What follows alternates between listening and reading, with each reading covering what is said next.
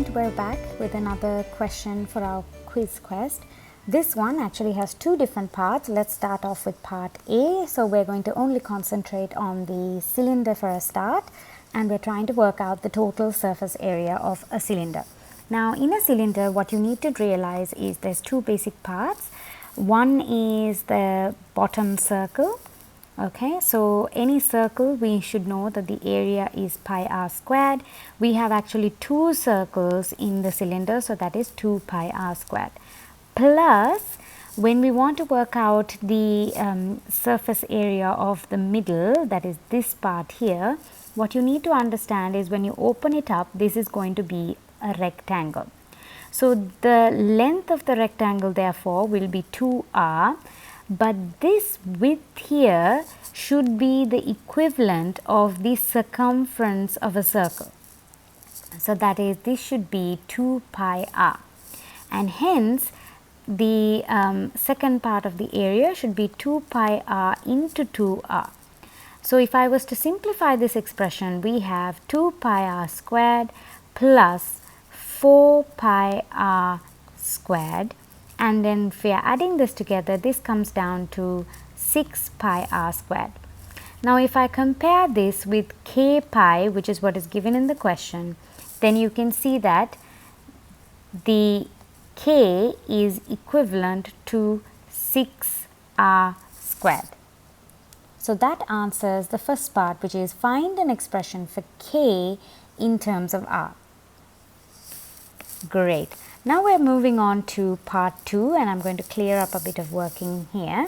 We're going to just jump down and see the question first. So if we're talking about the ratio between the surface area of the cylinder and the surface area of the sphere, and we're talking about the volume of the cylinder and the volume of the sphere and the ratios of the two. Right. So I'm going to move back up so that my question is visible when I'm doing the working. Right. So ideally in an examination, that is not where you would write the answer, right? You have to write it under part B, but here for the purpose of this video, it's easier for me to fit in the working with the question, so it's easy for you to follow. Okay, so moving to part B, I'll just denote part B here and part A here, so you all know which one is for which part. So for part B, firstly let's look at the total surface area of the sphere, right? Now this is going to be basically 4 pi r squared. This is the standard surface area of a sphere formula, 4 pi r squared, and we already know the total surface area of a cylinder, and we know that that is equal to 6 pi r squared. So if I am working the ratio of cylinder to sphere, that is 6 pi r squared going to 4 pi r squared, and cancelling the equivalent things on both sides, that is 6:4, and if I cancel down, that is 3:2. That is the ratio I have identified. Now I have to do the same thing basically, but now I have to do it for the volumes. Okay, so I'm going to work out the volume of the sphere, which in my case is going to be 4/3 pi r cubed. Again, this is the standard formula of the volume of a sphere, and the volume of the cylinder is going to be equal to pi r squared, which is basically the area of the base, into the height of the cylinder, which is 2r.